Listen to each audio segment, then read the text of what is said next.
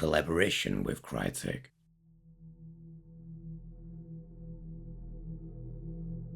They say justice rides slow through the bayou, but for Dog Red Martin, it came riding with the news and a deck of cards.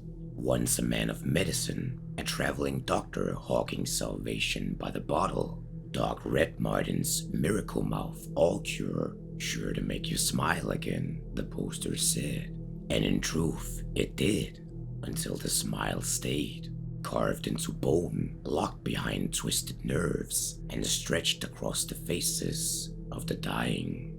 For his tonic didn't cure, it maimed, warped, and killed. Remorseless, he left ruin in his wake, town by town, shack by shack, never stopping long enough for the screams and sorrow to catch up with him. But alas, a man can only run from his fate for so long, for men get tired, and fate is relentless. Eventually, through word of mouth, a trail of corpses, and a ceaseless hunger for vengeance, fate would finally catch up. For it came to be that Eddie Davis, known in hushed whispers as the Spirited, sold him out in the soul, revealing the secretive shelter of Dog Red Martin to the many victims of his horrendous medicine practice that had followed him across the country.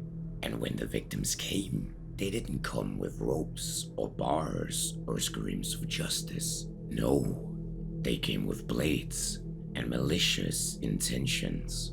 Through cuts and slices, incisions and stabbings, they mutilated his face, contorting it into a disfigured smile in the very same way that his poison had done to each of his victims.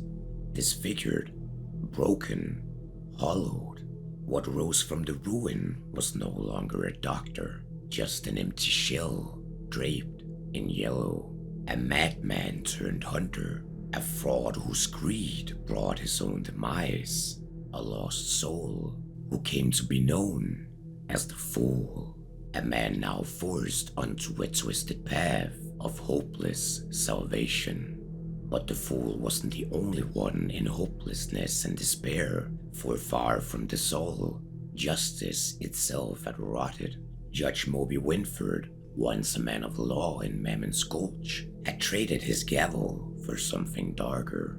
After losing his daughter to a freed killer, a killer he released by his own hand, he cast aside the law of man and turned to the fate imposed by the cards of tarot, certain that true judgment was to be found within their wisdom.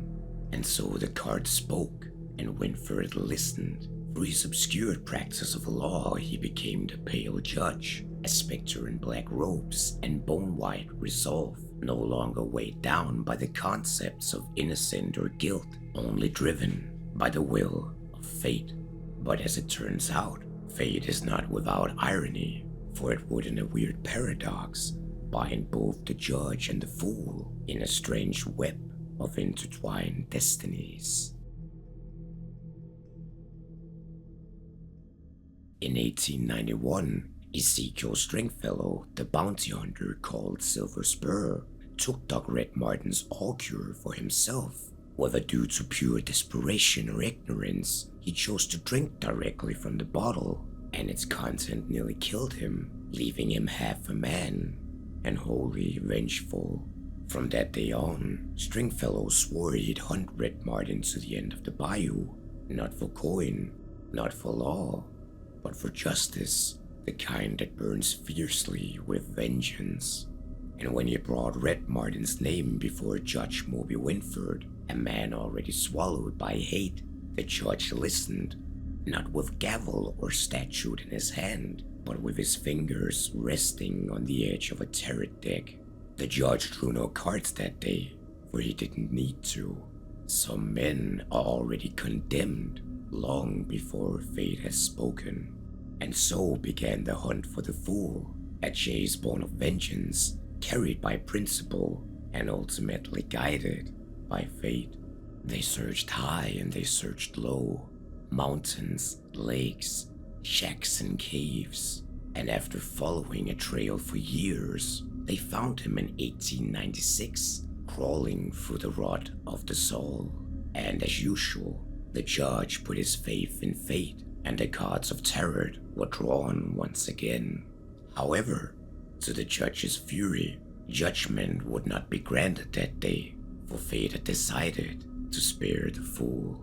Years of dedicated patience wasted, but both the judge and the Silver Spur had to swallow their pride, for the cards had spoken, and in the judge's eyes, the fool was free to go. One more chance, the two whispered to him. One more chance to do good, and that was it. The two bound him, masked him, and branded him with his sins before they released him into the wild, where his redemption waited like a snake in the reeds. But alas, some men never change, for the fool did not seek redemption. He descended into anger, to violence, to madness, and now the pale judge rides once again from mountain peaks to swamp shack shadows. He hunts the yellow ghost who fled his fate, and with each step he closes, the deck of cards grow darker, each anticipating breath of the judge, heavier with the weight of final judgment. Yet it would seem that the fool once again managed to avoid the gaze of the judge's zealotry, for at the remnants of Alice Farm, someone sheltered the fugitive, a woman by the name of Dorothy Alice, the sole survivor of a family which had been eaten by the horrors of the sculptor's corruption, both of them alone, trapped in the solitudes of their own living nightmares.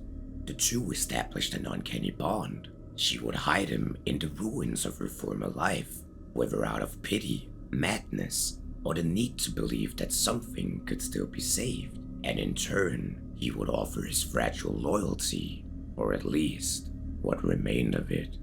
In the end, none of it will matter, for the cards have spoken, and this time they speak not of redemption, for the judgment of the fool is no longer delayed. Bribery, forgery, fraud, imitation, disfigurement, these are not just crimes of the flesh but of the soul, and the ink has dried, the seal is set, the draw has been made, and from that cursed deck of the judge, a final card turns. Death, not a warning, not a chance, but a sentence. And so the pale judge rides, through mud, through blood, and through fire, determined to ensure that what should have died in the soul finally does.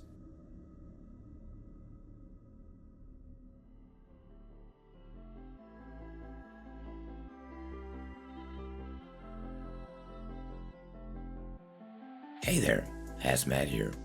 That covers the backstory for the upcoming event in Showdown, and I know I'm personally excited to see what Kreutzig has in store for us this time around. Now, Kreutzig has been so kind as to provide me with 5 DLC keys, the Ghost of Blanchett Graves, so if you want to join the giveaway, all you have to do is like the video, comment GHOST in the comment section below, and I will choose 5 random winners at 6 PM CET on Friday the 13th of June. Have at it. If you've enjoyed this episode, then make sure to let me know in the comments below. As always, a big thanks goes out to the Hunters Lounge, specifically the exclusive Johnny Sevens, the exclusive Warmog, the exclusive Geechee Boy, the exclusive The Coyote, and the exclusive Rat. The VIPs, Corvo Bearslayer, Derivative, Tuck Powell, Gino Lucero, Goose, Hambone, Jim and El Bob, Corey Peterson, Michael Thornhill, Mort Def Menace, Ryan, Slip, Stas Biestek, Sunrise Phoenix, TJ Crane, Texas Toast, and the Wizard of Copper. And of course, all the regulars. If you enjoy the content I produce and would like to help support the channel, consider signing up as a member on Patreon for as little as a single $1 a month. The link is in the description below. And thank you all for watching. I'll see you in the next one.